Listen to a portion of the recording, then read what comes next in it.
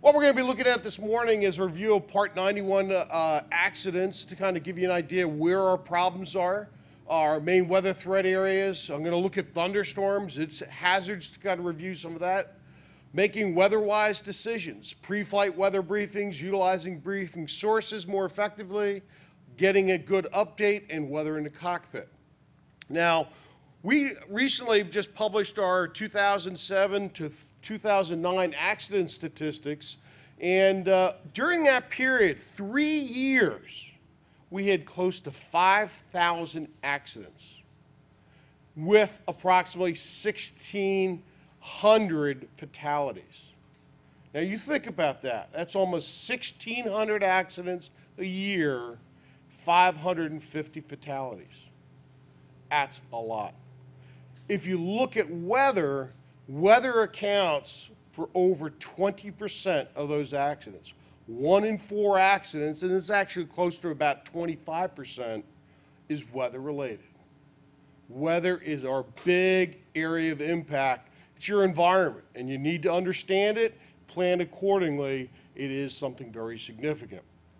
Now, in this study, majority of the accidents are Part 91 aircraft involve personal flights with fixed wing aircraft, almost identical to what we're seeing out there on the field today.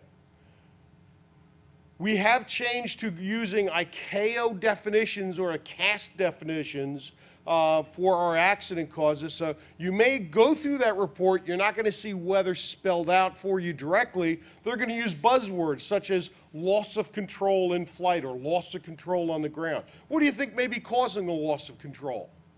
Could be an icing encounter. Could be adverse winds blowing you off the runway and so forth. So it's kind of hidden away in there. Abnormal runway contact, again, winds, wind shear. Control flight in the terrain, low ceilings visibility, boom, scud running right into the ground.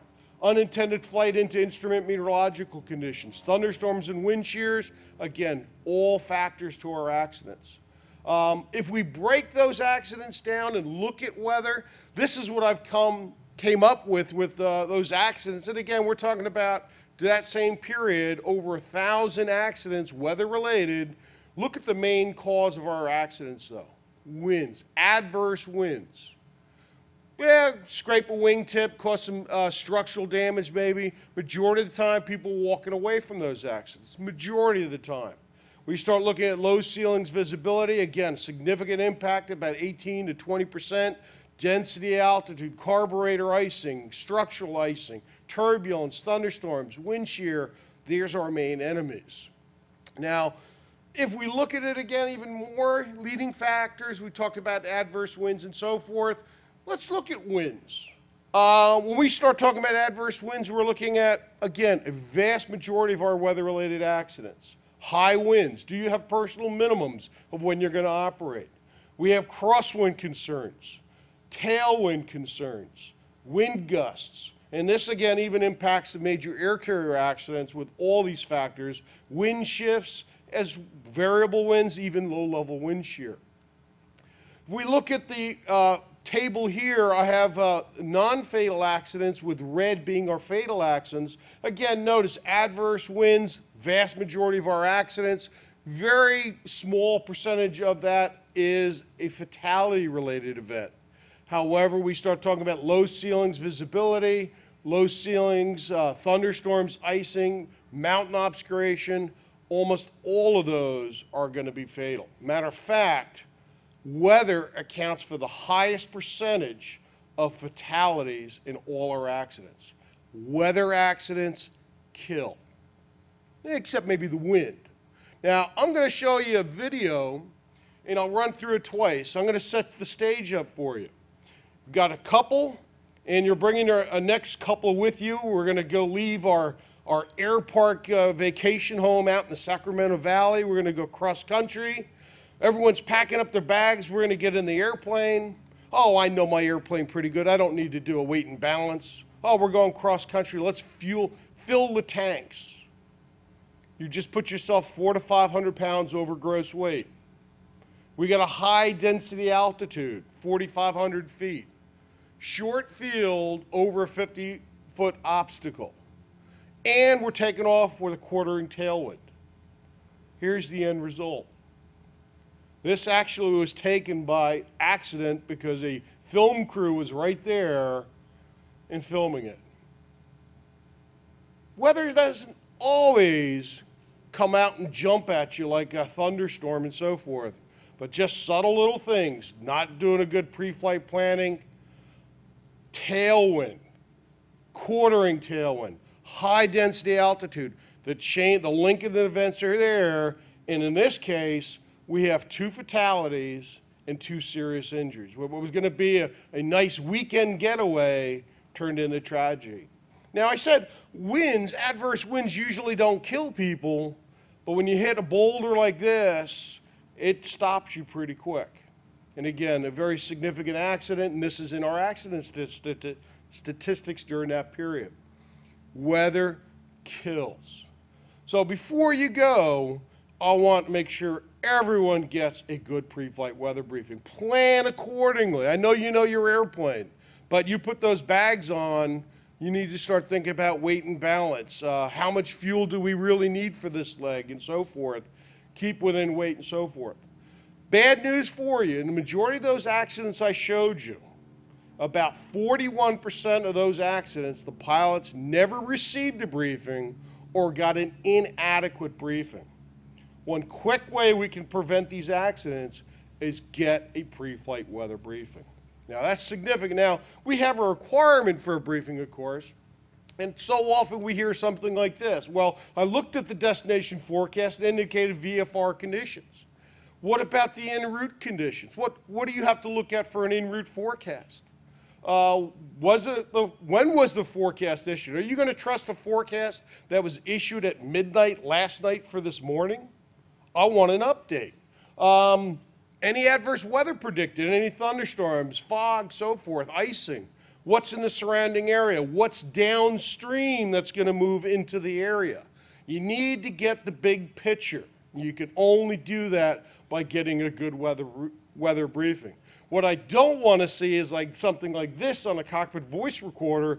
Say, what's a mountain goat doing up here in a cloud bank? And boom, we have an impact. So, big impact VFR and IMC conditions. I think you'll agree. Is fog violent? Does fog reach up out of the clouds and grab the tail of the airplane, shake it, and spit it out? Nah. Nice and subtle. Not a violent dynamic, but again, it's our #1 cause of fatalities in Part 91 accidents, the VFR and IMC conditions. #1 cause of ATC delays, costing billions of dollars to the U.S. economy. Common factor in runway incursion incidents and accidents for the major airlines. Common factor in all the controlled flight in the terrain type accidents. And again, flight crews not adhering to standard instrument approach procedures. Now, here we look at this, and a quick question for you. What would you say was the worst aviation accident in history so far? Tenerife. I don't know if everyone remembers, but we have a fog-shrouded Canary Island. We have KLM 747 taking off, rushing, trying to get airborne. We worry about duty time, so forth. Pan Am still taxing on the active, and we have a runway incursion with 583 fatalities. Worst aviation accident in history, fog setting the stage. Not the only single cause of the accident. Again, it doesn't reach up and grab the airplane, but is very unforgiving to any errors. Fog is a contributing factor. So VFR and IMC conditions is something significant. It is a major impact. A good weather briefing is our starting point. Now, I'll give you an example and throw some accidents in here. Here's a case that happened here in Florida with an RV-7 up in Sanderson, Florida back in July 2009. And here we have this beautiful RV-7 and non-instrument rated pilot. He's going to go across country to pick up his girlfriend and fly her back to Sun City to let her see the property down here. He calls up there and finds out the weather and so forth, but he calls up her, hey, what are the conditions up there? I'm going to fly up, I'll pick you up and so forth. Never gets a formal weather briefing. Departure in the destination are VFR. But again, what about the en route phase? Here's an example of what he would have gotten if he looked at a weather briefing, or specifically even on the internet and so forth. We have a stationary front right across Georgia into Alabama, Mississippi there. But look at that little trough coming down, and look at that band of convective activity riding ahead of that front and the warm, moist air going over. And do you think you can clearly make that VFR? In this case, he encounters an area of embedded thunderstorms trying to get to Tennessee and never gets out of the state. Yeah, the Tampa area where he departed, VFR. Northern Georgia, there's the current conditions closest to the accident site. 2.5 miles, thunderstorm and moderate rain, ceiling at 1,000 feet, overcast at 2, lightning and so forth in the area. And again, witnesses report low overcast ceilings, rain, thunder, not good. Here's his flight track over the radar. You can see his trip going north. He comes into the weather, has to deviate. He's got Gainesville right there. He could have made a stop, landed, taken a coffee break, gone out for a little breakfast, whatever, let the storms pass by and maybe reevaluate the conditions. Instead, what does he do? Continue to push a bad situation. And he eventually turns into the weather, and we result in an in-flight breakup, and the remains are right here. Took him 3 days to find out he had crashed. If he had lived and was injured, it would have been 3 days before anyone even came looking for him. His girlfriend thought, well, he must have encountered weather. He diverted. Oh, he'll be here later and so forth. 3 days before they found the wreckage, and again, no survivors. There is a requirement, 91.103, pre-flight action. Anytime you're not operating not in the vicinity of the airport, you familiarize yourself with all available information, reports, forecasts, and so forth, weight and balance, and so forth. The key words here is safety. It's better to think about it down here than to worry about it up there. And again, to make good decisions. Now, there are multiple ways we can get a weather briefing. We have the Automated Flight Service Station operated by Lockheed Martin. We've got Direct Users Access Terminal Service, DUATS. We've got the internet, private vendors. One word of warning, there are only 2 official recognized sources for briefings, and that is through Flight Service Station or with DUATS. And I'm going to recommend that you use them, but hey, how many people here have laptop computers or a computer that they use? Oh, I want to see hands going up because you need to get the big picture. Highly recommend to grab one. In a standard briefing, we're going to talk about the adverse weather, synopsis of what's going on, current conditions, en route forecast, destination, alternate planning. If you can't complete the flight, what are you going to do? Winds aloft, notice to the airmen. Ever heard of a little thing called the internet? Computers, amazing devices. Press any key. Where's the any key? You notice that's how I started this, trying to find that any key. But basically, I highly recommend using the computer, the internet, get an idea of the large-scale picture. Now, I will always recommend the National Weather Service website, first and foremost. They are the official source. Those are the people you want to use. If you go to the ad site or the National Weather Service site, you'll see this right offhand, and you get a quick bird's-eye picture of where IFR conditions are, marginal VFR, icing, turbulence, color-coded, right in the opening page of the chart. It is the official National Weather Service site. You can get domestic as well as international products. Welcome to the internet, my friend. How can I help you? And all the National Weather Service text and graphics right there. So use their page. And I want to kind of also warn you right here, even the National Weather Service page has a warning that it is not an official source. Use it, but you supplement it by calling Flight Service Station or get a DUATS. So you got the picture and you get a confirmation. And as well as you now have it on record that you got a weather briefing. Clean up liability issues and so forth. How many people have ever used this reference book? Advisory Circular AC 0045. Aviation Weather Service. Matter of fact, you can even get it on the internet and download it. Highly recommend it. But again, Gleam, Sporties have it. Great reference manual. And I'm going to throw one thing to you. It has how to read every product that you're going to see on the National Weather Service page. And it's also listed as required knowledge for every airman certificate, i.e., is it a regulatory book? It sure is, because you have to know what's in that book.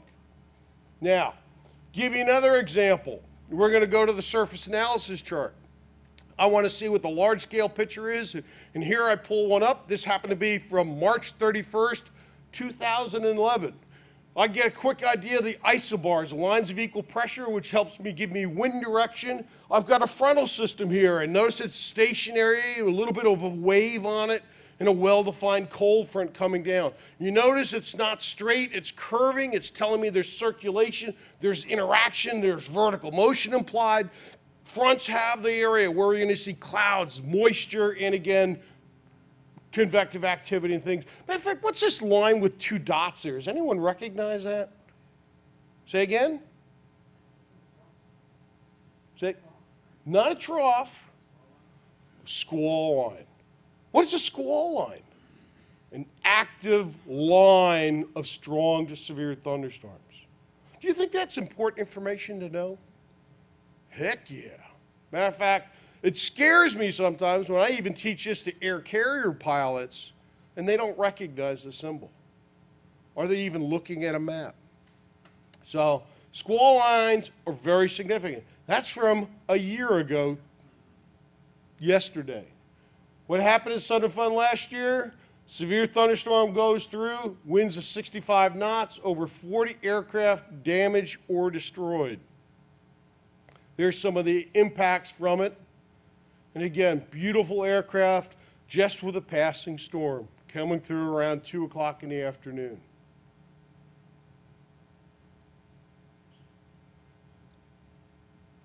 And if you notice, a lot of this is right out here between Piper and Cessna. You'll see even the hangars in the background, all from a severe thunderstorm that raced through the area. Now, using the National Weather Service website, you can pull up the radar, you can click at any specific station, and you can even get an animation. This is the radar animation from last year showing the severe weather. And you notice there's a little bit of a line, and you'll see the intense area of echoes going right across our area, even a little bit of purple. When you see that purple, that's hail. When you start talking about reflectivities over 65 dBz or decibels, significant. But that's a line of an embedded heavy precipitation supercell. And if these terms aren't familiar, those are severe weather signatures that we try to kind of exploit a little bit. There was a tornado watch issued 6 hours prior to the event that happened here. And they talked about an ongoing quasi-linear complex of strong to severe thunderstorms included embedded supercells and bow echoes. To me, as a meteorologist, that sings, oh, there's action. But that's talking about a squall line. Embedded supercells are the severe tornadic type conditions. A bow echo, those are what Fujita identified as one of the #1 causes of tornadoes, as well as from the supercell. And again, what comes through the area around 2 o'clock in the afternoon is we get an F1 to F2 tornado going across the field. So, using the National Weather Service webpage again, to continue with our briefing, we can look at the trends, looking at the 12, 24, 36, 48-hour prog, get an idea, hey, how are conditions expected to change? These are the same maps. If you go out to the Lockheed Flight Service Station right here, they got posted. I start my day every day looking at the trends, how things are going on. The Weather Channel will use the same products. And here we've got the frontal systems. They kind of tell you the area in green there of where we're looking at expected precipitation. Where they shade the area, it's greater than 50% of the area, i.e. you're going to get that precipitation. Now, if you were going to leave Lakeland going to, let's say, St. Louis, is this a good day to fly? Well, you may get a good tailwind, yeah. But how many people have airborne weather radar and that capability?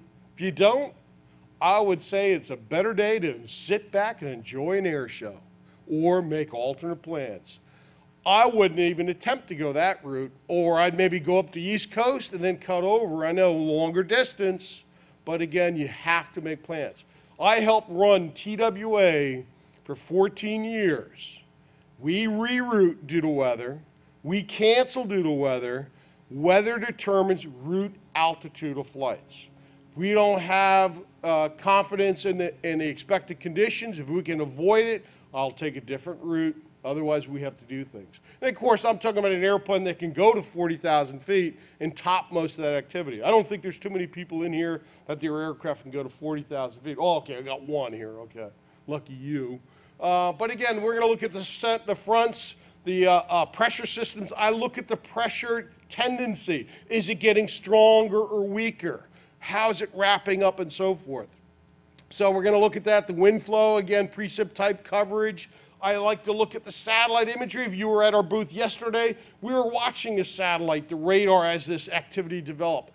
Look at satellite, bird's eye picture of the activity, and look at your size of thunderstorms. Your areas of fog will show up on satellite. We use satellite in almost every investigation we use because it gives you the bird's eye picture. We have the adverse weather, and if I go into convection, I've got 4 major tools to use for convection, looking at the convective segments, the collaborative convective forecast product, Center Weather Service, meteorological impact statements, as well as the convective outlook. Here's the convective segment. So I got it graphically. Where are they talking about? Word of warning. That's current conditions, the forecast positions you're supposed to translate with the wind flow. So if I'm, as example, going towards Kansas City, guess what? Next couple of hours, that's likely going to be in Kansas City. The convective outlook chart. This is where the National Weather Service will categorize thunderstorm potential.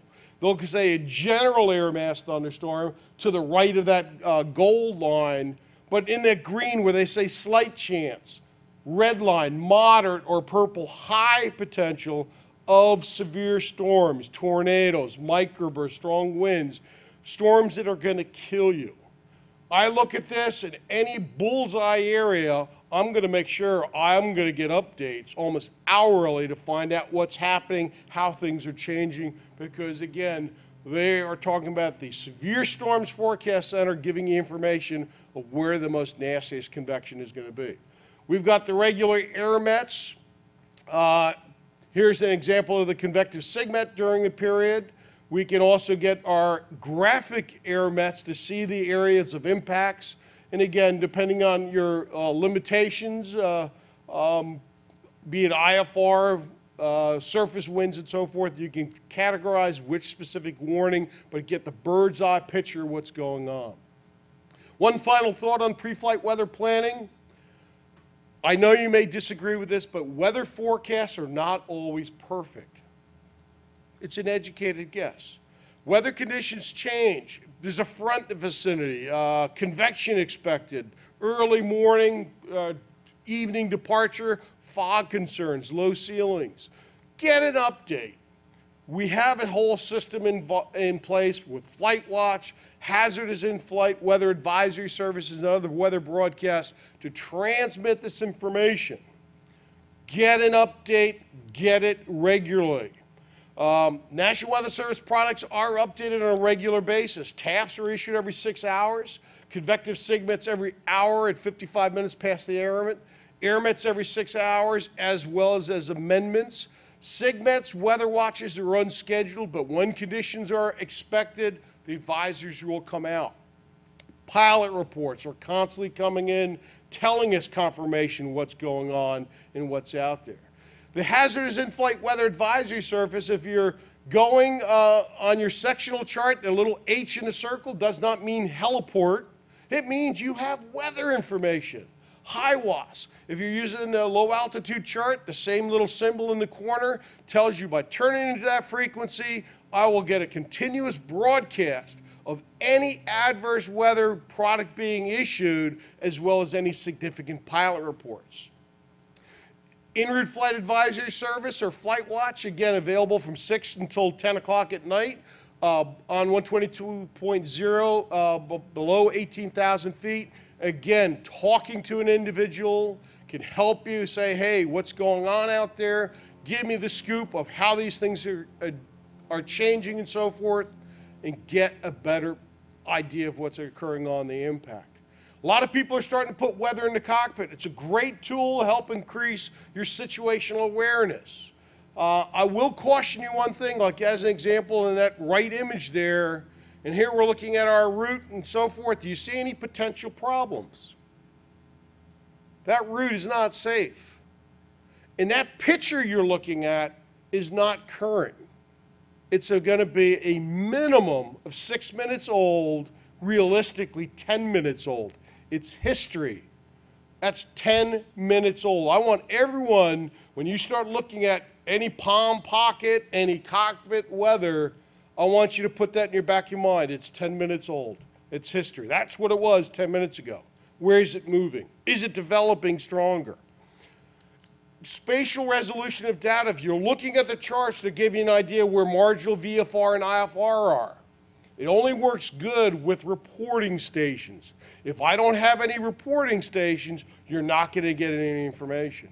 And also with radar, when you start talking about west of the Rockies, radar coverage goes down and you don't have adequate coverage. There are still gaps in the United States where there is not good radar coverage. You will not get clear indications. That is old information. Look at the top left picture. Is there any problem with that flight? Oh, we're going to avoid the severest part of the weather. He's still penetrating an area of thunderstorms. Matter of fact, what is a thunderstorm? Where does it start and where does it end? You see the light green area? That's the precip beginning of the thunderstorm. The cloud goes further. You can get turbulence, hazardous weather within 20 miles of that cloud. It's not the total picture. Even looking at a Palm iPad type thing, again, 10 minutes old, and would you use that to go flight to in this case, down towards West Palm Beach in this case? Are you going to have a smooth flight? You're going to be picking your way across and still have some potential problems. You need to make good, sound decisions. It is old information. If you can visually see it, you're better off. But again, embedded storms and so forth, we've got limitations. Now, don't push a bad situation. Conditions worse than expected, make an alternate plan. Do not penetrate into an area of bad weather. Make a command decision, divert, alter your plan, turn back, wait it out, take a break, consider the frontal position, its movement, prevailing winds, convection, time of day, and so forth. But again, don't push a bad situation. Thunderstorms. One of the big questions I have is people who always ask me, what's the worst? Why is it so much dangerous? All your hazards are put in one thing with the thunderstorm. And in Florida, I'd say that's probably one of our biggest threats in the whole Southeast, actually, but again, anywhere in the country. Now, there is a great advisory circular out, which is going to be updated as a result of several recent thunderstorm accidents we've had. This was actually written after, remember Southern Airways in New Hope, Georgia? I heard someone said they were from Rome, Georgia here, close to your neck of the woods. We had a DC-9 penetrate an area of severe thunderstorms, flamed out engines, crashed and burned, and this advisory circular was issued back in the 70s to provide you warning on thunderstorms. Great tool, but again, a little out of date. We're going to update it, or the FAA is going to be updating it due to our responses of accidents. They start talking about the hazards of lines, like that squall line I showed you before. I'll throw this to you. Anything organized in a line is bad. 80% of all our severe weather comes from line activity. If someone tells you, hey, we've got a line of convection developing north of us, I perk up. Lines are bad. 80% of the time produce severe weather. Any storm they start talking about as being tornadic, oh, you better perk up. Is a tornado going to show up on weather radar? Remember they talk about that figure 6, the hook echo? The tornado's in the hook, but in an area of no echoes. So again, anyone, you need to be alert. You will not see it. There have been several cases of in-flight breakups due to flights encountering tornadoes. Turbulence. Every thunderstorm is capable of producing severe to extreme turbulence. Severe icing, hail. Every thunderstorm has hail. Only 3 to 5% ever reaches the surface. Remember that. Everyone's got hail. It's very rare for you ever to see it at the ground. If they're reporting hail in an ob, you know it's bad, and it's going to be big because it's melted before it's got down there. Low ceilings and visibilities, altimeter errors, lightning. An average thunderstorm will produce 200 lightning strikes with, again, how much? About a million volts, 100,000 amps. Fry your radios and all your avionics real quick. Every thunderstorm has capability of producing heavy rains, variable winds, runway contamination. I've got that in a different color because that's not in the advisory circular right now. Engine water ingestion. Engines burning fuel-air mixture don't work good with fuel and water. Air gets cut off, boom, engines fail. As we also look at wind shear microbursts, and again, microbursts were not even well recognized back when it was written, but again, a major concerns, as well as radar attenuation. This also is in that advisory circular. It's a cross-section of a thunderstorm showing, again, the intense leading edge. Now, I want you to kind of think of that little lip that's coming down ahead of that. That's where we're going to see our worst updraft, downdrift interaction, our severest weather. But look at the weather underneath that storm, pushing out ahead of that thunderstorm. That's our gust front. Typically, gust fronts can extend forward 5, 10 miles. I've seen them up to 30 miles away from storms bringing down airplanes. And to give you an idea of, and again, these can go several thousand feet high. We had one go through yesterday, luckily not while we're doing any air shows, but here's an example of some research that was done. There's a severe thunderstorm up on the top part of this image. You notice all the cumulus, well-defined cumulus cloud going up. This storm is pushing up to around 45,000 feet. Look at the anvil to the left, and look how thick it is. A thick anvil. That thing, if you look at the main cloud, that's 20 miles. That's going down 20, 40, 60 miles downstream. On the bottom is the radar image to it. And you'll notice the intense core of activity associated with the main cell, some very significant turbulence at altitude.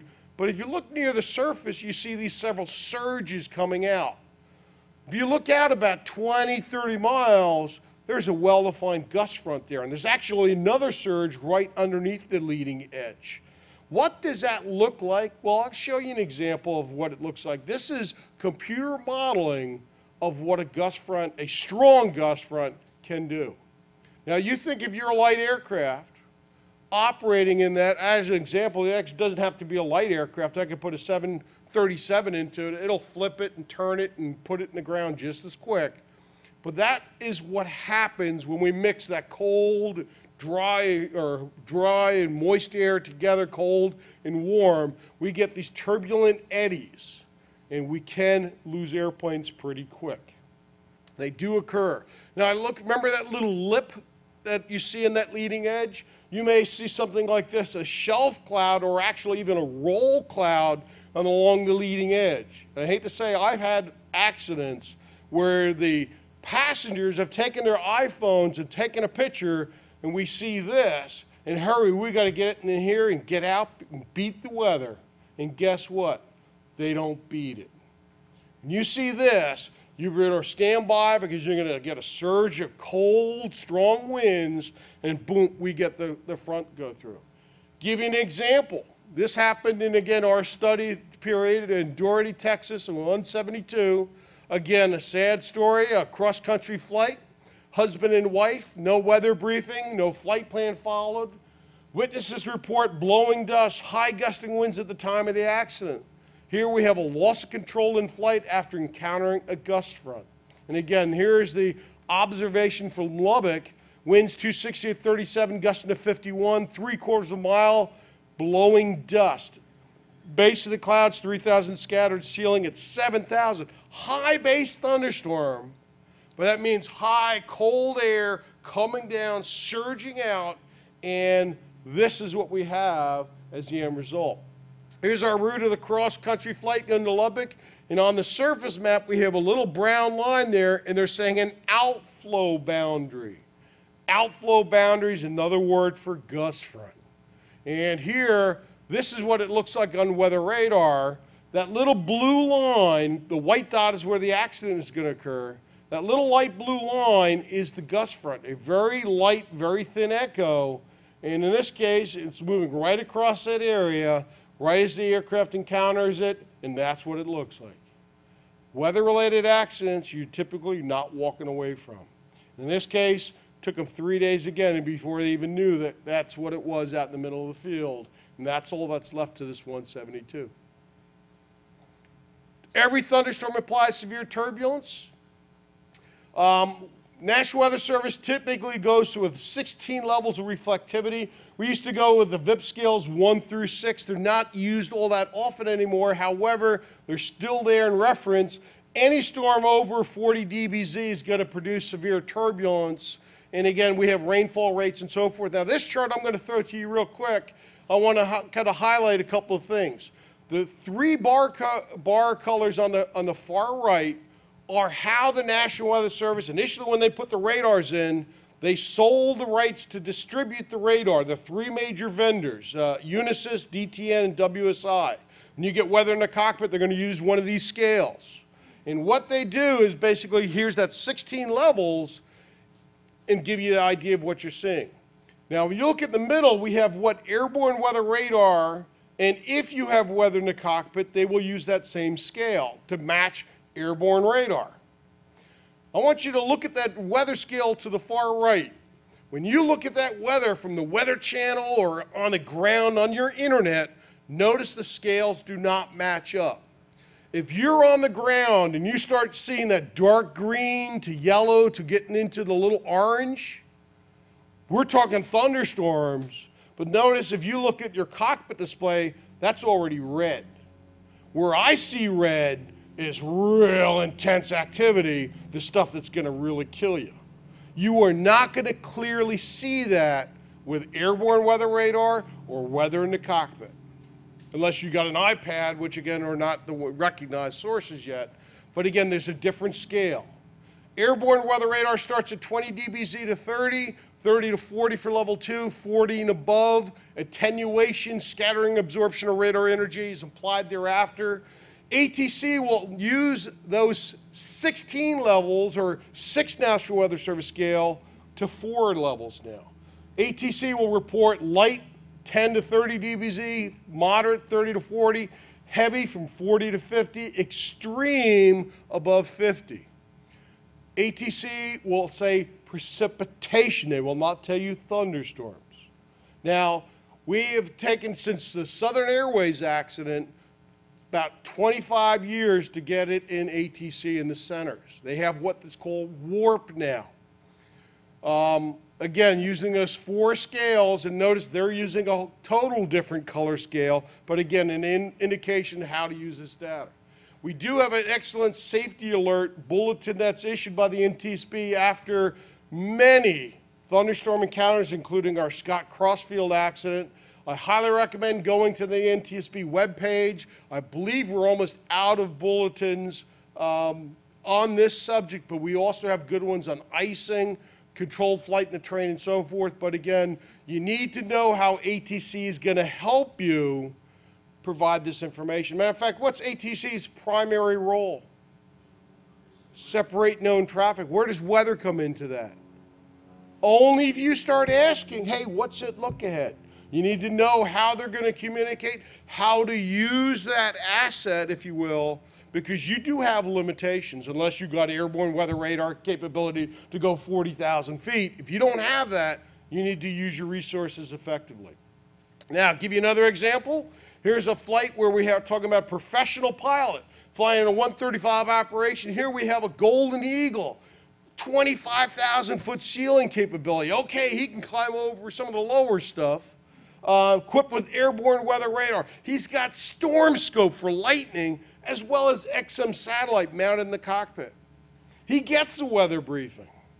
And again, multiple briefings.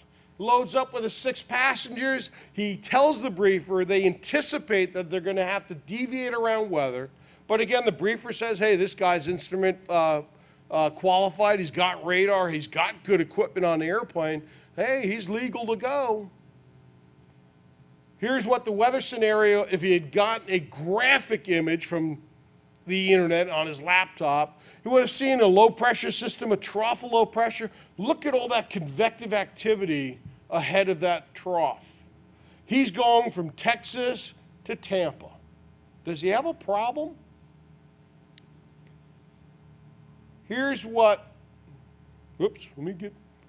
here's what the radar image looks like, and here's his black flight track coming in. And again, now he's forced to penetrate. If you have airborne weather radar, by the way, the moment you start getting into that cloud and into precipitation, you can have about a 10 dBz drop in reflectivity on your radar. That's one full level. So what was level 30, 40 dBz out there is now going to be painted differently. A lot of people don't know that. Radar's for avoidance. Penetration, all bets are off. Here he comes penetrating it. He gets into, notice just into the yellow, into the bright yellow on my radar. It's right on his display. He starts reporting severe turbulence. ATC yells at him because he's down 4,000 feet from his assigned altitude. Then ATC realizes this guy's having a problem. He says, hey, we're getting severe turbulence. I'm sorry, I can't maintain altitude. I'm trying to climb back up. I'm full power trying to climb. It's not allowing me. ATC gives him his altitude and says, hey, would you like to turn around? Yes, I want to get out of here as quick as possible. And he does start to make the turn, but what does he turn into? The severest part of the storm.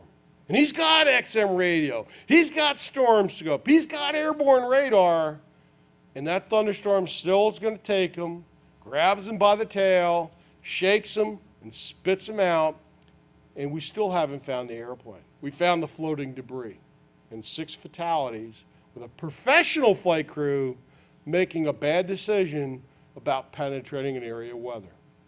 So, signposts are there in the sky. Just like this, stop, make a good decision, get an update. Hey, just because you have airborne radar doesn't mean you're safe to go. You know, we used to deviate, cancel, and so forth. And again, once you start operating into that convective SIGMET area, it's known area weather, it's your decision to penetrate that weather, and that responsibility is on your shoulder. That's basically all I have to tell you, and I say keep it safe, get a briefing, and remember, weather kills.